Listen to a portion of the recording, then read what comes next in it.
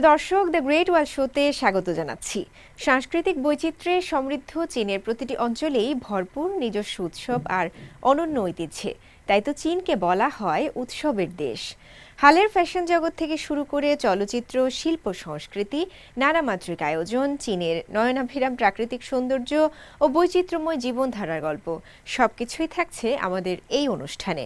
বরাবরের মতো আপনাদের সঙ্গে আছি আমি রাউজে জাবিদ ঐশী।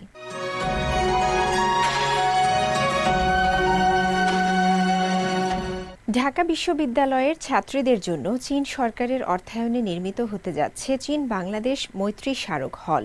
প্রকল্পটির সম্ভাব্যতা যাচাই সম্পন্ন করেছে চীনের একটি বিশেষজ্ঞ দল। দীর্ঘদিনের প্রস্তুতির পর আগামী বছরের প্রথমার্ধেই শুরু হতে যাচ্ছে প্রায় ১,৫০০ আসন বিশিষ্ট এই আধুনিক ছাত্রী হলের নির্মাণ কাজ। বিস্তারিত থাকছে রিপোর্টে। চীন সরকারের অর্থায়নে প্রথমবারের মতো বাংলাদেশের ঢাকা বিশ্ববিদ্যালয়ে ছাত্রীদের জন্য নির্মাণ করা হবে প্রস্তাবিত চীন বাংলাদেশ মৈত্রী স্মারক হল। সম্প্রতি এই প্রকল্পের সম্ভাব্যতা যাচাই সম্পন্ন করেছে চীনের একটি বিশেষজ্ঞ দল। এ সময় তাদের সঙ্গে উপস্থিত ছিলেন বাংলাদেশে নিযুক্ত চীনের রাষ্ট্রদূত ইয়াওয়েন। চীনা বিশেষজ্ঞ দলটি ঢাকা বিশ্ববিদ্যালয় ক্যাম্পাসের জগন্নাথ হল সংলগ্ন এলাকায় প্রস্তাবিত নতুন হলের স্থান জরিপ কার্যক্রম পরিচালনা করে। জরিপ চলাকালে চীন থেকে আগত কারিগরি বিশেষজ্ঞদের সঙ্গে বিশ্ববিদ্যালয়ের উপাচার্য অধ্যাপক ডক্টর নিয়াজ আহমদ খান, কোষাধ্যক্ষ অধ্যাপক ডক্টর এম জাহাঙ্গীর আলম চৌধুরী, ডাকসুর ভিপি সাদিক কায়েম এবং প্রকৌশলী ও প্রশাসনিক কর্মকর্তারা উপস্থিত ছিলেন। নির্মাণ স্থান পরিদর্শন শেষে চীনের রাষ্ট্রদূত ইয়াওয়েন প্রকল্পটির গুরুত্ব তুলে ধরেন। দীর্ঘদিনের আলোচনা ও প্রস্তুতির পর প্রকল্পটি বাস্তবায়নের পথে এগোচ্ছে। আগামী বছরের প্রথমার্ধেই শুরু হবে এর নির্মাণ কাজ। চীন সবসময় বাংলাদেশের শিক্ষা খাতের উন্নয়নের পাশে থাকতে আগ্রহী। এই মৈত্রী হলটি শুধু একটি ভবন নয়, এটি দুই দেশের ভবিষ্যৎ প্রজন্মের মধ্যে জ্ঞান, সংস্কৃতি ও বন্ধুত্ব বিনিময়ের একটি স্থায়ী সেতুবন্ধন হিসেবে কাজ করবে।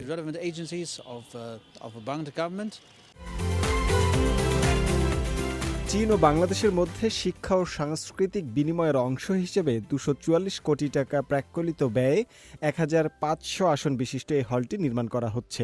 এ সময় উপাচার্য অধ্যাপক ডক্টর নিয়াজ আহমদ খান ঢাকা বিশ্ববিদ্যালয়ের ছাত্রীদের জন্য হল নির্মাণে সহযোগিতা করায় চীনের সরকার ও রাষ্ট্রদূতকে আন্তরিক ধন্যবাদ জানান। রাষ্ট্রদূত মহোদয় বলছিলেন যে এটা সম্ভবত একটা দ্রুততম সময়ে একটি কোলাবোরেটিভ প্রজেক্ট বাস্তবায়নের উদাহরণ তৈরি হচ্ছে। আমরা তাদের প্রতি গভীরভাবে কৃতজ্ঞ। চাইনিজ সরকারের প্রতি আমাদের কৃতজ্ঞতা ঢাকা বিশ্ববিদ্যালয়ের তরফ থেকে, বাংলাদেশের তরফ থেকে। আমাদের এই দেশটির সাথে, আমাদের বন্ধুপ্রতিম দেশ, দীর্ঘদিন ধরে তাদের সাথে আমাদের অনেক সম্পর্ক আছে এবং আস্তে আস্তে আমরা এটিকে একটি পর্যায়ে নেওয়ার চেষ্টা করছি। এর আগে সুন ছাংয়ের নেতৃত্বে বিশেষজ্ঞ দলটি ঢাকা বিশ্ববিদ্যালয়ের উপাচার্যের সভাকক্ষে উপাচার্য এবং কোষাধ্যক্ষ সহ অন্যান্য কর্মকর্তাদের সঙ্গে মতবিনিময় করেন। অনুষ্ঠিত সভায় বিশ্ববিদ্যালয়ের পরিকল্পনা উন্নয়ন অফিসের ভারপ্রাপ্ত পরিচালক এবং ঢাকা বিশ্ববিদ্যালয় কনফুসিয়াস ইনস্টিটিউটের পরিচালক সহ সংশ্লিষ্ট ব্যক্তিবর্গ উপস্থিত ছিলেন। সভায় বাংলাদেশ চীন মৈত্রী স্মারক হল নির্মাণ প্রকল্প বাস্তবায়নের বিভিন্ন দিক পর্যালোচনা করা হয়। এ সময় চীনের বিশেষজ্ঞ দল প্রকল্পের প্রাথমিক নকশা উপস্থাপন করে। শুভ আনোয়ার, সিএমজি বাংলা, ঢাকা। দক্ষিণ পশ্চিম চীনের সিচাং স্বায়ত্তশাসিত অঞ্চলের নিংছি বরাবরই পরিচিত তার চোখ জোড়ানো প্রাকৃতিক সৌন্দর্যের জন্য। তুষারাচ্ছন্ন পাহাড়, সবুজ উপত্যকা আর নির্মল নদী। কিন্তু সেখানকার একটি পাইকারি বাজার ঘুরে দেখা যায় একটি সুশৃঙ্খল বাজার মানেই শুধু বাণিজ্য নয়, এটি উন্নয়নের প্রতীক, আত্মনির্ভরতার প্রতিচ্ছবি। বাজার ঘুরে বিস্তারিত থাকছে আমার করা রিপোর্টে।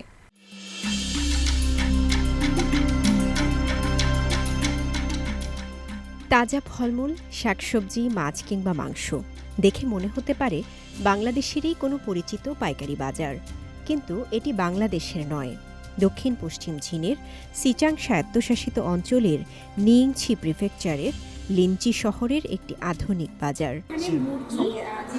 চীনের বাজারগুলোতে রাখা হয়, তারপর হাঁস বা মুরগি এই জাতীয় যেসব প্রাণী আছে তারা এইভাবে রেখে দেয় এবং ক্রেতারা এসে এখান থেকে পছন্দ করে তারপর কিনে থাকে। এই বাজার হচ্ছে লিনচি শহরের সবচেয়ে বড় বেসরকারি পাইকারি বাজার।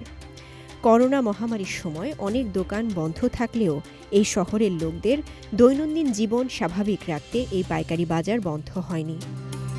এই পাইকারি বাজারটি চলছে একটি সুনির্দিষ্ট পরিকল্পনা ও নিয়ম অনুযায়ী, আর বাজারটির পুরো ব্যবস্থাপনা করছেন এক নারী উদ্যোক্তা। তার দিক নির্দেশনায় বড় থেকে ছোট সব ব্যবসায়ী নিজেদের কার্যক্রম পরিচালনা করেন সুশৃঙ্খলভাবে, যেন এক আধুনিক বাজার ব্যবস্থাপনার অনন্য উদাহরণ।你看下个月那个松茸就出来了，野生松茸。明知道松茸的话，基本上都还要出壳的。 এই নারী উদ্যোক্তা চীনের সিচুয়ান প্রদেশের ছেংতু থেকে এসেছেন। লিঞ্চির বাসিন্দাদের সরলতা তাকে এতটাই মুগ্ধ করে যে তিনি এইখানে ২০ বছর ধরে ব্যবসা চালিয়ে যাচ্ছেন। এই পাইকারি বাজারে ২০২টি স্টল আছে। এই উদ্যোক্তার নিজস্ব ২টি স্টোরও রয়েছে এখানে। এই স্টোরগুলোতে স্থানীয়রা পণ্য বিক্রি করেন। তাদের মাসিক স্টোরের ফি খুব কম, বিশেষ করে মহামারীর পর কারো কারো ব্যবসা আগের চেয়ে পতন হওয়ায় মালিক স্টোরের ভাড়া ১ বছর বা ২ বছর মওকুফ করে দিয়েছেন। আশপাশের গ্রামবাসীদের নিজের চাষ করা কৃষিপণ্য এখানে নিয়ে এসে খুচরা বিক্রি করতে চাইলে তাদের স্টোরের জন্য কোনো ভাড়া দিতে হয় না। স্থানীয় অর্থাৎ তিব্বতী জাতির লোকদের জীবন আরও সমৃদ্ধ করা এই নারী উদ্যোক্তার লক্ষ্য। লিঞ্চির এই বাজার ঘুরে দেখা যায় নিয়ম, পরিচ্ছন্নতা আর শৃঙ্খলার এক অনন্য সমন্বয়। পণ্যের মান যাচাই থেকে শুরু করে বর্জ্য ব্যবস্থাপনা সবই চলে প্রযুক্তির মাধ্যমে। সিচাংয়ের লিঞ্চি শহরের একটি বাজারে আমার হাতে বড় কাঁচামরিচ দেখতে পাচ্ছেন। বাজার ঘুরে আসলে আমরা যা দেখলাম, বাজারে হচ্ছে শাক সবজি ফলমূল বা আরও অন্যান্য যেসব প্রোডাক্ট আছে বা যেসব পণ্য আমরা আমাদের বাজারে আসলে খুঁজে পাই, অনেক কিছু মিল আছে এই বাজারে। নিংছি প্রিফেকচার সিচাং বা তিব্বতের অন্যান্য এলাকার তুলনায় অপেক্ষাকৃত নিম্ন উচ্চতায় অবস্থিত, আর তাই এখানকার জলবায়ু কৃষি ও ব্যবসায় দুটোর জন্যই অনুকূল। এই প্রাকৃতিক সুবিধাকে কাজে লাগিয়ে স্থানীয়রা গড়ে তুলেছেন আধুনিক বাজার কাঠামো। প্রাকৃতিক সৌন্দর্যের জন্য বিখ্যাত নিংছি এখন উন্নয়ন, শিক্ষা ও প্রযুক্তিতেও এগিয়ে। আর তারই প্রতিচ্ছবি লিঞ্চির এই শৃঙ্খলাবদ্ধ বাজার, যেখানে ব্যবসা কেবল পণ্য বিনিময় নয়, বরং এক নারীর নেতৃত্বে বদলে যাওয়া জীবনধারার গল্প, উন্নয়নের প্রতীক, আত্মনির্ভরতার প্রতিচ্ছবি। সিচাংয়ের লিঞ্চি থেকে রওজায়ে জাবিদা ঐশী, সিএমজি বাংলা। চীনা নববর্ষকে সামনে রেখে সংস্কৃতি, ইতিহাস ও ক্রীড়া ক্ষেত্রে একের পর এক ইতিবাচক বার্তা দিচ্ছে চীন। ২০২৬ সালের স্প্রিং ফেস্টিভ্যাল গালার থিম ও লোগো উন্মোচনের মধ্য দিয়ে ঘোড়ার বছরের আগাম উদযাপনে আলোকিত হয়েছে দেশের ৮টি শহরের ল্যান্ডমার্ক।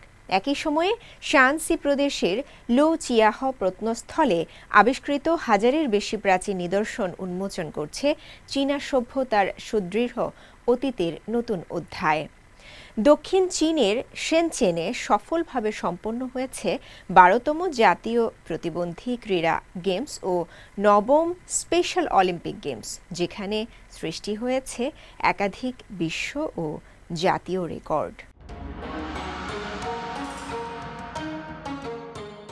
চীনা নববর্ষকে সামনে রেখে ২০২৬ সালের স্প্রিং ফেস্টিভ্যাল গালার থিম ও লোগোতে আলোকসজ্জায় ঝলমল করছে চীনের ৮টি শহরের গুরুত্বপূর্ণ স্থাপনা। Beijing, Shanghai, Guangzhou, Nanjing, Chengdu, Chongqing, হংইয়াং এবং হুচৌ এই শহরগুলোর ল্যান্ডমার্ক ভবনে বিশেষ লাইট শোর মাধ্যমে আগাম স্বাগত জানানো হয়েছে ঘোড়ার বছরকে। সম্প্রতি চায়না মিডিয়া গ্রুপ আনুষ্ঠানিকভাবে ২০২৬ সালের স্প্রিং ফেস্টিভ্যাল গালার থিম ও লোগো উন্মোচন করে। চীনা চান্দ্র ক্যালেন্ডার অনুযায়ী ঘোড়ার বছর শুরু হবে ১৭ ফেব্রুয়ারি ২০২৬। প্রাচীন চীনা কবিতার একটি কাব্যিক পংক্তি থেকে অনুপ্রাণিত হয়ে এবারের থিম নির্ধারণ করা হয়েছে ছোটে চলা ঘোড়া, এগিয়ে যাওয়া অপ্রতিরোধ্য। ঘোড়া চীনা রাশিচক্রের ১২ প্রাণীর মধ্যে শক্তি, অধ্যবসায় ও অপ্রতিরোধ্য গতির প্রতীক হিসেবে বিবেচিত। ১৯৮৩ সাল থেকে স্প্রিং ফেস্টিভ্যাল গালা চীনা নববর্ষ উদযাপনের অবিচ্ছেদ্য অংশ। এই অনুষ্ঠানে গান, নৃত্য, কৌতুক, অপেরা ও লোকজ শিল্পকলা পরিবেশিত হয়। বিশ্বের সর্বাধিক দর্শকপ্রাপ্ত টেলিভিশন অনুষ্ঠান হিসেবে পরিচিত এই গালা সম্প্রচারিত হয় চীনা নববর্ষের আগের রাতে, যখন পরিবারগুলো একত্রিত হয়ে নতুন বছরকে স্বাগত জানায়। আগামী স্প্রিং ফেস্টিভ্যাল ইভ পড়েছে 16 ফেব্রুয়ারি 2026। এদিকে চীনের উত্তর পশ্চিমাঞ্চলীয় শায়ানসি প্রদেশের লুচিয়াহ প্রত্নস্থল থেকে বিপুল পরিমাণ সাংস্কৃতিক নিদর্শন আবিষ্কার করেছেন প্রত্নতত্ত্ববিদরা। মৃৎপাত্র, পাথরের সরঞ্জাম ও জেডের তৈরি শিল্পকর্মসহ উদ্ধার ও সংরক্ষিত নিদর্শনের সংখ্যা 1000 ছাড়িয়ে গেছে। লো চিয়াহ সাংস্কৃতিক নিদর্শন স্থলটি শায়ানসি প্রদেশের সিয়ানইয়াং শহরের ছুয়ানহুয়া কাউন্টিতে অবস্থিত।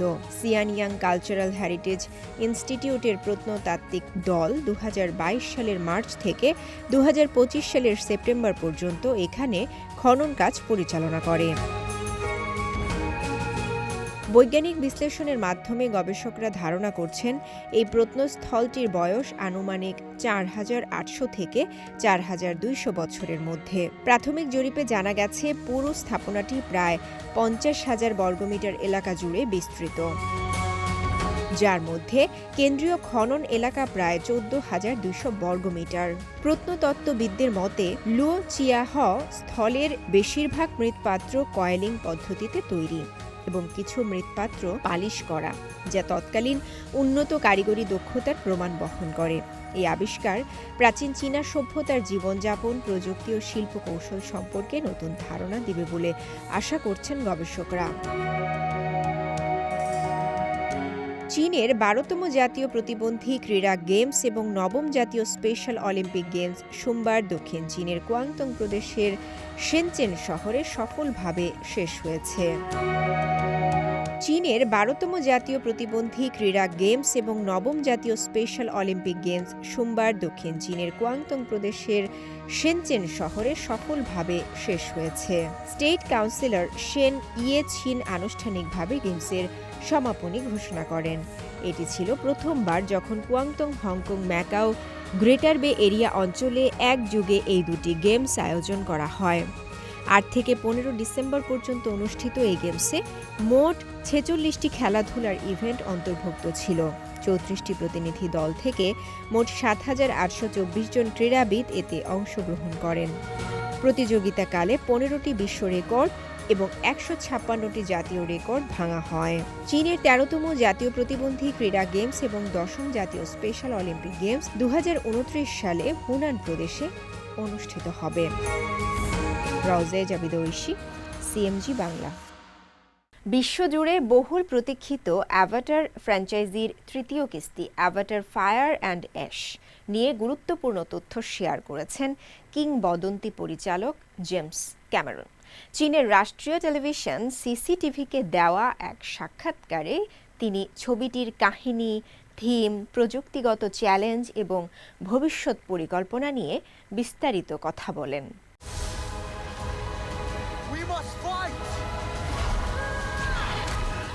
বহুল প্রতীক্ষিত বিজ্ঞানভিত্তিক মহাকাব্য অ্যাভাটার ফায়ার অ্যান্ড অ্যাশ এর চীনা ভাষায় প্রিমিয়ার অনুষ্ঠিত হয় সোমবার দক্ষিণ চীনের হাইনান প্রদেশের সানিয়ায় আয়োজিত 7ম হাইনান দ্বীপ আন্তর্জাতিক চলচ্চিত্র উৎসবে। ছবিটি আগামী 19 ডিসেম্বর একযোগে চীনের মূল ভূখণ্ড ও উত্তর আমেরিকায় মুক্তি পাওয়ার কথা রয়েছে। সিরিজের নতুন চলচ্চিত্রটির দৈর্ঘ্য 195 মিনিট। পুরো ফ্র্যাঞ্চাইজির মধ্যে এটাই সবচেয়ে লম্বা cinema. Avatar fire and ash এর শুটিং শুরু হয়েছিল অ্যাভাটার দ্য ওয়ে অব ওয়াটারের সঙ্গে একসঙ্গেই। পরিচালক জেমস ক্যামেরন বলেন, দুটি সিকুয়েল মিলেই পুরো গল্পটিকে চূড়ান্ত পর্যায়ে নিয়ে যায়। এতে তিনি ইঙ্গিত দেন ভবিষ্যতে অ্যাভাটারের নতুন সিকুয়েল নাও হতে পারে। নতুন ছবিতে আরও দুটি নতুন সংস্কৃতি দেখানো হয়েছে। একটি হলো আকাশে ভ্রমণ করা যাযাবর বণিক দল, যারা বেশ মজার, আর অন্যটি হলো অ্যাশ মানুষ, যারা ততটা মজার নয়। ক্যামেরন বলেন, তিনি প্রায় 20 বছর ধরে অ্যাভাটার বিশ্ব নিয়ে কাজ করছেন, আর এই ছবির মাধ্যমে সেই দীর্ঘ গল্পের ইতি ঘটতে চলেছে। পরিচালক ছবিটির শিরোনামের অর্থ বোঝাতে সহজ ভাষায় বলেন, তৃতীয় সিক্যুয়াল অবতার 3 বাস্তব জীবনের ক্ষতি ও মানসিক আঘাতের অভিজ্ঞতা থেকে অনুপ্রাণিত। এই গল্পে সালি পরিবারের কাহিনী আরও এগিয়ে যায়। যুদ্ধে তাদের বড় ছেলের মর্মান্তিক মৃত্যু পরিবারটিকে ভেঙে দেয় এবং সেই বেদনার সাথেই তারা লড়াই করে। এই বিষয়গুলো আমরা অ্যাশ পিপলের মধ্যেও দেখি, আবার নেইতিরির চরিত্রেও দেখি। প্রিয়জন হারানোর যন্ত্রণায় নেইতিরি ধীরে ধীরে অন্ধকার ও ঘৃণায় ভরে ওঠে। এখানে আগুন প্রতীক হিসেবে ব্যবহৃত হয়েছে, যা ঘৃণা, ক্ষতি, সহিংসতা ও বিশৃঙ্খলাকে বোঝায়। চলচ্চিত্র প্রযুক্তির সীমা বারবার নতুন করে নির্ধারণ করা এবং ধ্রুপদী নির্মাণশৈলীর সঙ্গে অত্যাধুনিক প্রযুক্তির মেলবন্ধনের জন্য পরিচিত জেমস ক্যামেরন সিসিটিভিকে বলেন, অ্যাভাটারের নতুন পর্বটি এখন পর্যন্ত নির্মিত সবচেয়ে ব্যয়বহুল চলচ্চিত্রগুলোর একটি। এর আনুমানিক নির্মাণ ব্যয় প্রায় $40 কোটি। দর্শককে যে স্বপ্নময় অভিজ্ঞতায় নিয়ে যেতে হয়, যা জাগ্রত স্বপ্ন বা স্পষ্ট স্বপ্নের মতো, ভিএফএক্সে সেই মাত্রার আবহ তৈরি করা সত্যিই শ্রমসাধ্য বলেও জানান তিনি। Tamanna Jennifer, CMG Bangla. শীতের আমেজে নতুন রূপে ধরা দিয়েছে সাংহাইয়ের বিখ্যাত বুন্ড ফাইন্যান্স সেন্টার বা BFC. Ice skating rink, circus show আর প্রাণবন্ত নাইট মার্কেট সব মিলিয়ে জমে উঠেছে এক বর্ণিল উইন্টার কার্নিভাল।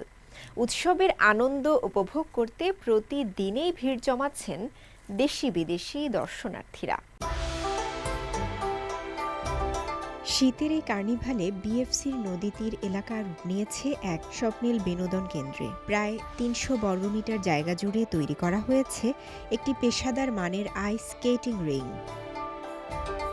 আলোর নান্দনিক ব্যবহার আর কৃত্রিম তুষারপাত পুরো পরিবেশকে করে তুলেছে আরও রোমাঞ্চকর। শিশু থেকে শুরু করে প্রাপ্তবয়স্ক সবাই স্কেটিংয়ের আনন্দে মেতে উঠছেন।